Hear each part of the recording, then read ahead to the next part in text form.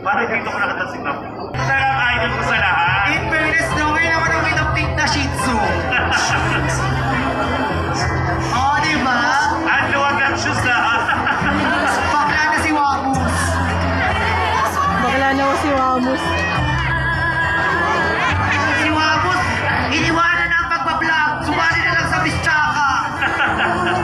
Si Bakla wala pang tagay pero lasing na agad.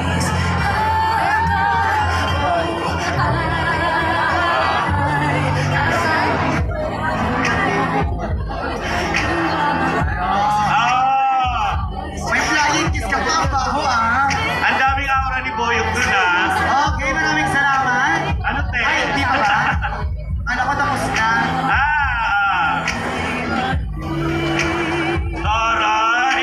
Kamukha ni Mama Mary yung sinimento. Okay, maraming salamat.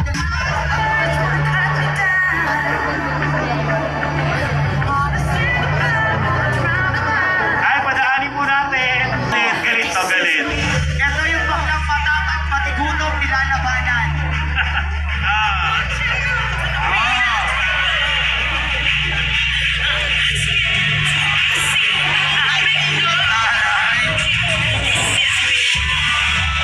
Di mo to, di mo. Matwa idol natin ah. Kagawad!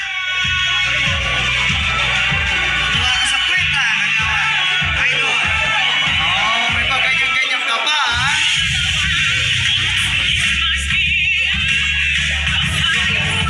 At syempre tawagin natin.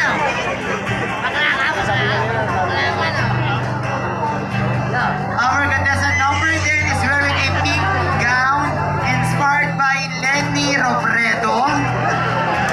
Kulay pink ang kulay ng rosas, pero kulay pink ang kanyang butas. Na naniniwala po sa kasabihan, bawal umihip putol titi.